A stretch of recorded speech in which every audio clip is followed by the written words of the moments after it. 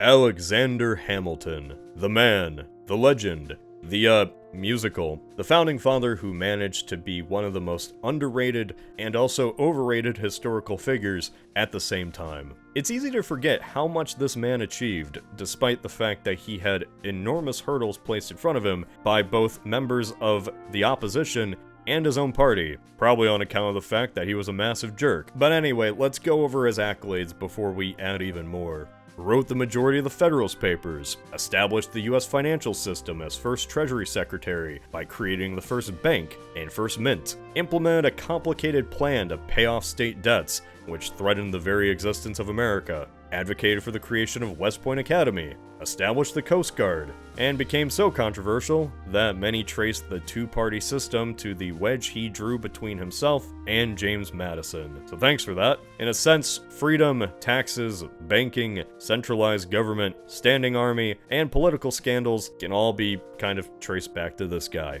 Hamilton doesn't just embody the American dream. He built a large part of the framework of America in its most fragile and important days. Not to mention, he did all of that without ever being president. Which, side note, it's kind of funny this man played a bigger role on both domestic and foreign affairs than John Adams ever did, despite not even being in his cabinet. Just interesting. Speaking of presidential news, wow to all of it. Quite a crazy election season. Something we just kind of say every election now. But yeah, this seems a bit crazier. Luckily, there's a good way to cut through the confusion with today's sponsor, Ground News. With Ground News app and website, you get a panoramic view of any topic. See who's behind the news you see. See what bias an article may have, thanks to ratings from 3 different independent organizations. Compare headlines to get to the core of the article, and see what it's like compared to the original source. Since we're talking about presidents, how about current presidential news?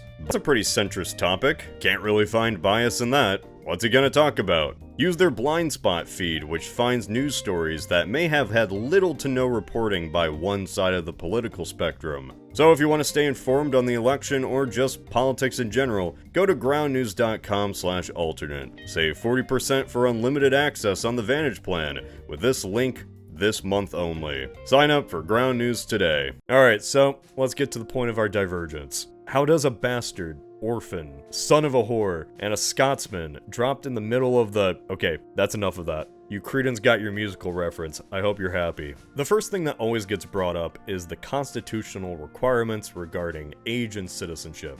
No change needed there because he actually qualified on both accounts. What really trashed Hamilton's ambitions was the Reynolds pamphlet, a detailed account of his adultery that he wrote himself, thinking it was a brilliant idea. Yeah, that was what ended up tanking his political career. If we erased that from existence, then he could probably run in the election of 1800 against Adams and Jefferson. Wait, that can't be right. Adams and Jefferson were already on the ballot in 1796, a year before the pamphlet leaked. I mean, Hamilton surely would have the ego and confidence to think he could beat both of them, right? Why didn't he run? Hell, he even backed another Federalist candidate to undermine and replace Adams. Why didn't he just run? Hell, he didn't even need to try to become governor. How do I make this video? Do I just fundamentally change Hamilton's character? Do I make him do something he simply refused to do in our timeline? Oh my god.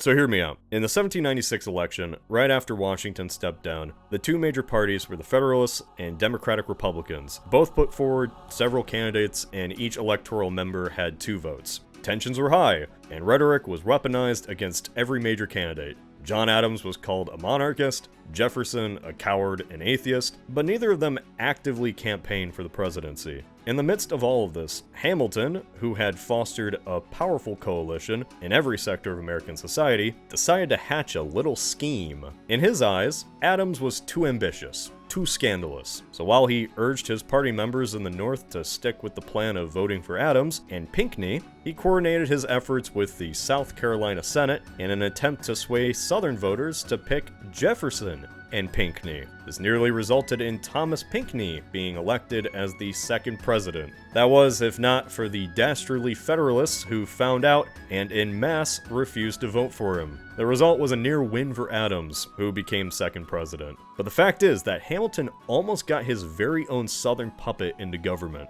This scheme alienated him from Adams, and alongside a scandal, ruined his political career. But what if that plot was never discovered? Hell, let's make it a little more interesting. Let's get rid of John Adams entirely. In 1788, he was returning from Europe.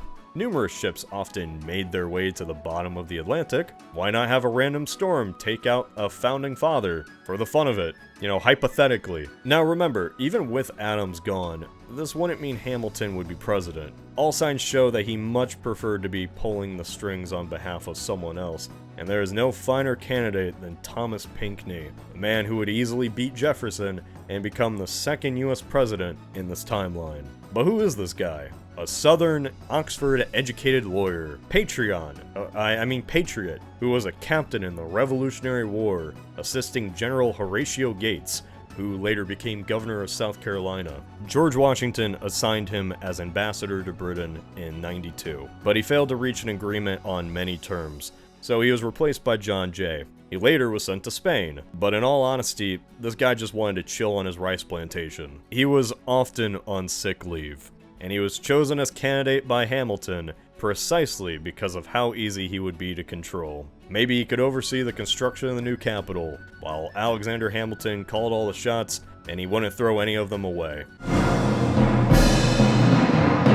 Now let's turn our attention to revolutionary France. But first, quick recap.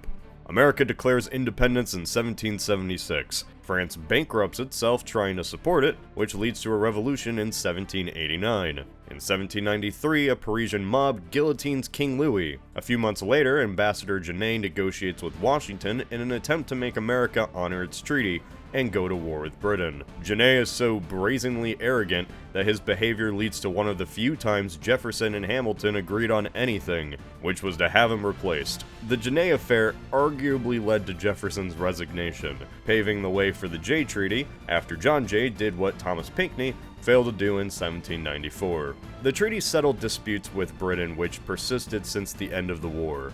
A huge sum was paid for the damage Britain caused to American shipping, while American debts to British merchants were settled. British troops withdrew from several key forts in the Northwestern Territories, but above all, the two nations would now trade on favorable terms. Britain was America's biggest trading partner, but in order to secure this deal, the issue of freed American slaves, and notably the practice of impressment of American sailors by the British Navy, were left untouched, the latter of which would culminate in the War of 1812. This treaty and Washington's response to Genet directly led to the quasi-war with France, at the time known as the Undeclared War. John Adams did everything he could to prevent it from escalating into a real war, and even got Washington out of retirement to prepare an army. It was Alexander Hamilton who took charge and drilled a young nation against a potential French invasion. But with him in power, things would go sideways real quick. During the first year of his presidency, the United States State Secretary Hamilton and his loyal cabinet would centralize the nation, while the powerless Vice President Jefferson watched in horror. A stacked Senate with over 65% Federalist majority would introduce taxes and tariffs, and a small standing army would be created. But history, even alternate history, does not function in a bubble. These events wouldn't have any effect on the old world, which was buzzing with activity on account of the actions of Napoleon Bonaparte, who was climbing to the top with his captivating Italian campaign. Against all odds, France had prevailed against the First Coalition, and its self-confidence was at an all-time high. All of which leads us to the XYZ affair, the bombshell that takes this scenario to a whole other level. So we have a salty French revolutionary government struggling to fund its military campaigns, which had allowed French captains to seize over 300 American merchant vessels. In response, 3 envoys are sent: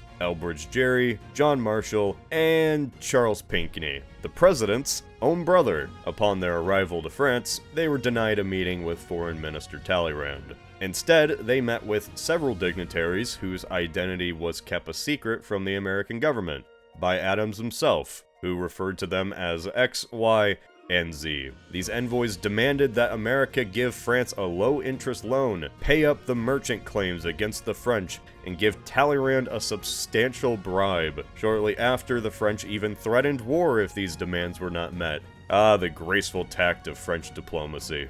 These vicious bullying attempts were met with careful preparation, the buildup of a navy, and the passing of 4 laws known as the Alien and Sedition Acts. This authorized the president to arrest and deport aliens during wartime, but the acts also criminalized American citizens who criticized the government. Adams signed off on these laws, but Hamilton's fingerprints were all over them, especially when you consider that they were utilized primarily against the opposition party. Projections in alternate history are often difficult, but here we find ourselves in a position to speculate with a great amount of certainty. Certainty that Hamilton would go apeshit. Never one to turn down an insult, Alexander would issue a formal declaration of war and mobilize the nation. The Department of the Navy would be established, and the Naval Act of 1797 would be passed, prompting the government to raise the funds for the finalization of the last of its first 6 frigates, on top of commissioning 3 more, and the first American ship of the line, the USS Independence. This would be done with the assistance of Britain, who was more than eager to have its old colony as an ally against the French. Hamilton had taken the standing army from 3,300 trained soldiers to 10,000, and now pushed for that number to be increased to 22,000. Numerous French businesses were to be seized, which would cause several local rebellions similar to the whiskey and fries. Not a bad combination. Resistance, though, would be futile, not only because of the powerful army and Alien and Sedition Acts, but because of what the French would do next. The revolutionary government wasn't known for their cool heads. It was known for chopping heads, and after French businesses and vessels were attacked by the same nation French bled dry to free, the American diplomats would be seized and guillotined. There's really no going back from that. There was a point in time when American volunteers were ready to aid Genet or even invade Spanish Florida, led by William Tate. Now the gloves were off, and while the South hated the situation they were in, this was an assault on all Americans. The fact that Pinckney was from South Carolina only made things worse. No doubt Hamilton would write an essay distributed across the fledgling nation, fanning the flames of war. But rhetoric can only get you so far. Fearing British naval dominance, France and Spain had entered into an alliance in 1796, and as a result, war against the French meant war against the Spanish. The good news was that the Spanish were in total disarray. Not only was their army badly equipped and demoralized after losing to the French, but their massive colonial empire was entirely cut off from the mainland. Britain did not take too kindly to Spain changing sides so easily, and had blockaded all of their major ports. Suddenly, Spanish Florida was up for grabs, and Hamilton would personally lead the army he himself trained in what was to be the most important training exercise. Oh, and by the way, keep in mind that during this whole time, Napoleon was busy with his campaign in Egypt. Even with local support from many American settlers and a cut-off Spain, key Floridian fortresses would still pose a challenge for the young army and navy. But by mid-1798, the test was passed, albeit with a considerable amount of dead conscripts as a result of gunfire and especially malaria. This was a crucial victory which Hamilton would use to renegotiate the Jay Treaty. American slave owners would be compensated for their losses, and the practice of kidnapping sailors for the British Navy would be outlawed. This gesture of goodwill would go a long way to ensuring the support of the South, which was already close to its breaking point. If we are to follow the timeline correctly, and consider that the only change we made was sinking John Adams, then one thing becomes quickly apparent. The Reynolds pamphlet nuke is about to drop. Hamilton's affair with Maria Reynolds, which lasted for a year between 1791 and 92. Despite having knowledge of this for many years, Jefferson waited until 1797 before he started spreading rumors about his life and accused him of corruption. To keep things simple, we're gonna assume that this happened similarly to this scenario too, while Hamilton is fighting in Florida. Now, if this guy, Hamilton, is willing to write a 95-page manifesto about his actions, when accused of embezzlement. Imagine what he would do if he was at the height of his career, and this happened after the passing of the Alien and Sedition Acts, which Jefferson saw as a most detestable thing, worthy of the 8th or 9th century. Not only was this criticizing the government, but it was also leaking confidential documents, those outlining his meeting with Monroe in 1792. The response would be swift, passionate, and brutal. The arrest for Thomas Jefferson and James Monroe would be issued, while Hamilton addressed the accusations and admitted his adultery. Considering the White House was still being built and the tactical mind of Jefferson, he would undoubtedly be at Monticello, surrounded by his loyal supporters. This would be the match that starts the fire of... Alright, so let's review the situation. Federalist Senate, powerful and wealthy North, well-trained standing army that just conquered Florida, a minor but entirely northern navy, who, as in our timeline, scored some crucial morale-boosting naval victories against mighty France, a strong connection with a British ally which had already accepted the reality of losing an American colony, only to then gain a friend and beneficial trading partner who followed their lead against France and now Spain. On the other hand, we have an incredibly disgruntled nation, including many in the north due to the heavy taxes and prioritization of federal laws over state ones, an agrarian south with prominent leaders such as Jefferson, Madison, John Marshall, James Monroe, as well as a young Andrew Jackson. While the North did have Britain as an ally, we cannot underestimate the power of France and Spain combined, especially since Napoleon was about to take over in 1799. Another thing to keep in mind is that for all his brilliance, Hamilton was prone to making some bad judgment calls and to alienating those closest to him. And then, we have slavery. A 1780 census showed that of the 2,780,000 people living in the colonies, 574,000 of them were black, 80% of which were enslaved. Now let's take a look at that distribution. The lack of preparation, equipment, and the proportions we see here, especially in places like Virginia and South Carolina, really make this a one-sided affair, but no one can deny that this is incredibly fascinating. So let's stick with it.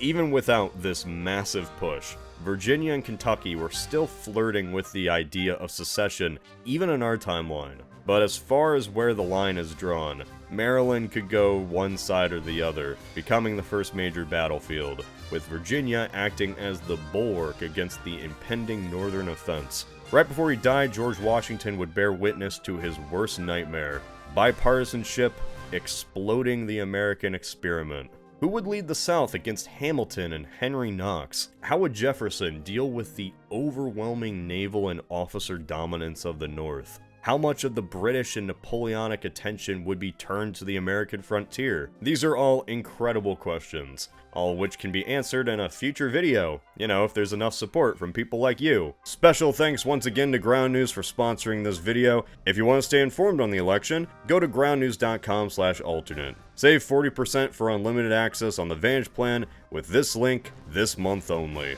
This is Cody of Alternate History Hub.